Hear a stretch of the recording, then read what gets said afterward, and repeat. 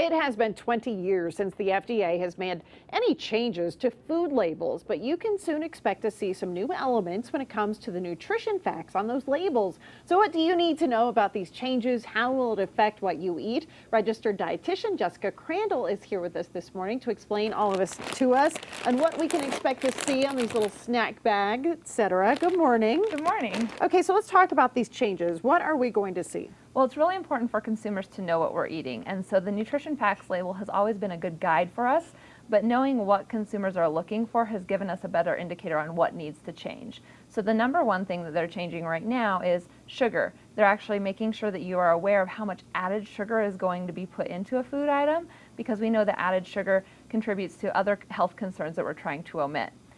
The number two thing is that when you're looking at your food label, the calories are going to be bigger and bolder, so you don't have to read that microscopic print in order to find out how many calories you're eating.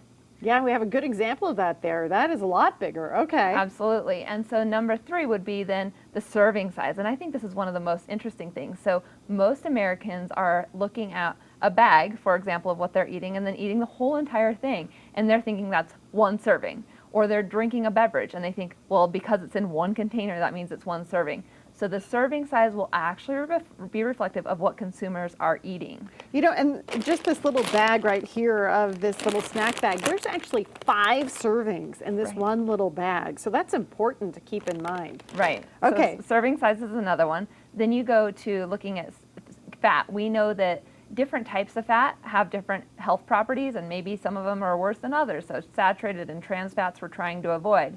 So the calories from fat is being removed completely because we are trying to look at the different types of fat instead. And then the last thing is that the vitamins A and C are being removed from the label, and instead we're looking at potassium and vitamin D because those are nutrients that Americans are not getting enough of, and so trying to promote that on the label to see how much you're getting to better improve your health. Huh, well that is pretty interesting. I can tell you I've never actually looked for vitamin D or potassium on a health label before. I guess maybe I should learn about that. And Americans are commonly low in vitamin D, and we know that not only impacts metabolism, but it also impacts your bone health.